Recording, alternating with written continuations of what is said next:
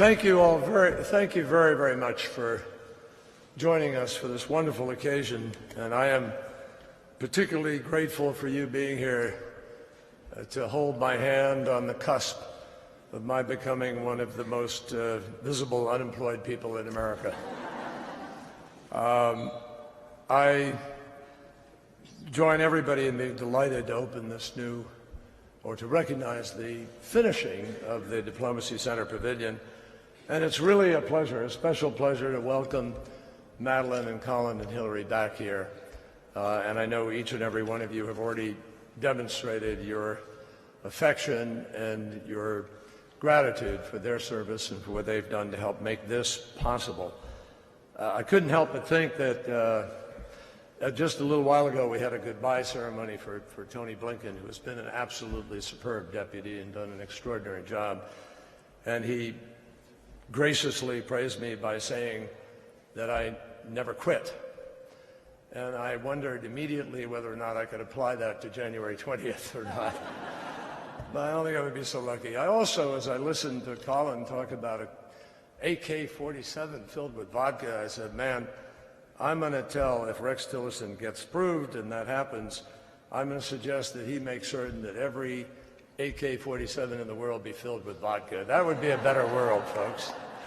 We're going to work on that. As folks have mentioned, it's been just 2 years since the former secretaries and all of us joined out in front here to break ground on this remarkable facility, and it's really hard to believe that so much has been accomplished so quickly. There are a lot of people to thank for that, and one of them's already been singled out, but I want to single her out again. Ambassador Elizabeth Bagley is indefatigable.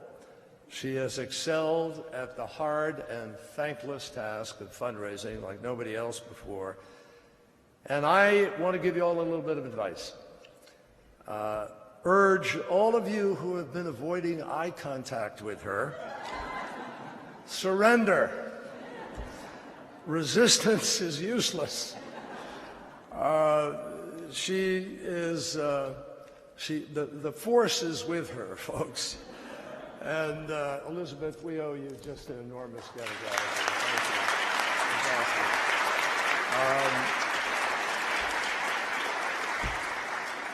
you. And the same goes for the generous donors who are here with us. We are so grateful to you for stepping up and being part of this.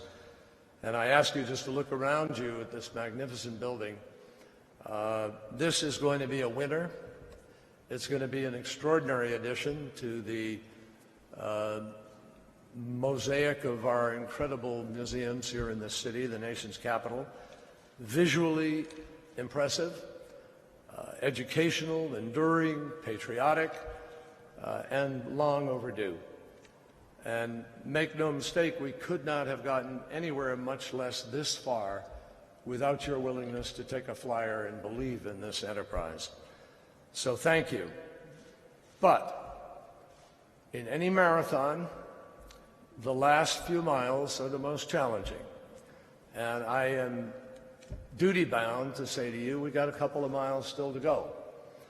The finish line is still up ahead, and I ask everyone and anyone who has the ability to help recruit others to help us finish this off.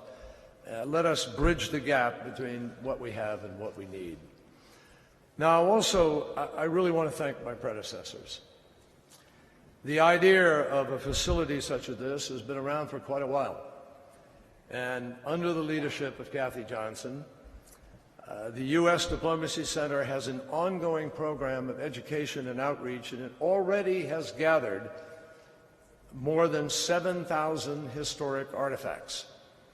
That is a number that will be augmented and classed up by the very generous contribution of Secretary Albright's famously expressive pins or brooches. I might add, I think, given the value of some of them, she's probably raised the insurance rate on the building, too, in doing so. We have amazingly long lacked an appropriate venue where we could create a visitor friendly and interactive set of exhibits that would bring diplomacy to life. And it was during Secretary Albright's tenure that the project really kicked off, and her initiative has been obviously strongly supported by secretaries from Secretary Kissinger all the way through Secretary Clinton. I hope all of you will join me, because they are the force that really got this going. I got to come in here when the plans were done and we're well along the way, but I think all of us should join them in saying a special thank you for what they have created for our nation and for the capital. Thank you.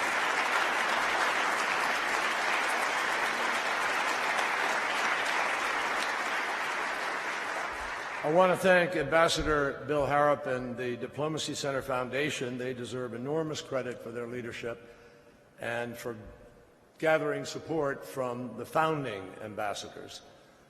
Now, this all leads to a question which has been spoken to some degree by each of my colleagues, and that is, why is it important that we share the story of American diplomacy? Well, the answer, I think, begins with one of my favorite poems by Robert Frost, in which a tree falls across the road in the middle of the woods, and the obstacle forces a traveler to halt in his tracks and, quote, get down in a foot of snow debating what to do without an axe. That strikes me as a pretty fair description of what diplomacy is all about: solving the trees in the road, the unexpected problems, without an axe. And there's no magic formula for success. It requires the right combination of knowledge, leverage, advocacy, reason, and timing. And especially when differences are narrow, it can benefit from strong personal relationships, such as those forged by each of the secretaries sitting here at the dais.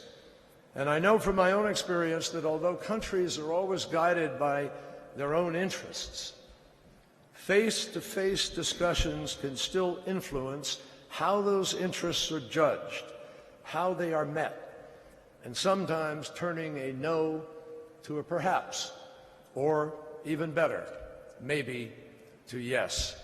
I think every secretary here has seen that happen. As the exhibits in this pavilion will one day show, the accomplishments of American diplomacy are inseparable from the birth, youth, and growth of our country. And that was hinted at from the very beginning when Mr. Benjamin Franklin, who is reputed to be our first diplomat, introduced himself to the court of King Louis XVI. Imagine a minister who could out-talk his counterparts, outmaneuver his rivals, out-flirt the French, and outwork anyone in pursuit of freedom and independence for our infant country. In subsequent years, American diplomats were indispensable in ending foreign conflicts, expanding our nation's boundaries, and laying the foundation for international cooperation through development and through the United Nations, the Bretton Woods institutions, NATO, the OAS, the Universal Declaration of Human Rights. During the Cold War, our diplomacy remained in high gear. It made all the difference, successfully containing the communist threat and eluding the perils of an era in which countries were compelled to rely for survival on the concept of mutually assured destruction. In more recent years, we've moved to enlarge the Euro-Atlantic community, halt ethnic cleansing in the Balkans, dismantle the most dangerous aspects of Iran's nuclear program, forge a global coalition against Daesh terrorists, restore relations with Cuba, and take unprecedented steps to curb the dangers posed by climate change. Obviously, that's just scratching the surface. George Kennan compared diplomacy to overseeing his Pennsylvania farm, where the woods were constantly growing and fences were falling down and paint peeling and insects burrowing and roofs leaking and harsh weather arriving in defiance of all predictions. The sole certainty was the need for vigilance, because nothing ever stood still, and this place will be a monument to that maxim. By keeping pace and by ensuring that American leadership is not only still needed in the world, but broadly welcomed, our diplomats have written a truly extraordinary tale that will bear telling over and over again for generations. And we will soon have the ideal place in which to relate that story. So once again, I thank our donors and the former secretaries who have contributed so much. I also congratulate Pat Kennedy and his team on the superb job that they have done, our superb architectural firm, Beyer Blinder Bell, and the men and the women of the Gilbane Construction Company, which I know well from Massachusetts, New England, and the Kerry International and everyone else who has played a constructive role in this effort. I want to emphasize that, picking up a little bit on what Hillary said, this could not be happening at a better time. There are many voices in the world who have essentially given up on diplomacy. They see, and some openly encourage, the breakdown of cooperation, the building of economic and political walls, and the growth of mistrust and division along racial, ethnic, national, and religious lines. The story of American diplomacy reflects a far different and far more uplifting vision, one of optimism about the ability of people from vastly different backgrounds to work together productively and in peace. We know that that can happen abroad. Why? Because we've done it here at home. And no country has melted more people of different backgrounds, of varied aspirations and hopes than we have in the United States of America. That's the great thing that separates us from every other country in the world. We're not defined by ethnicity.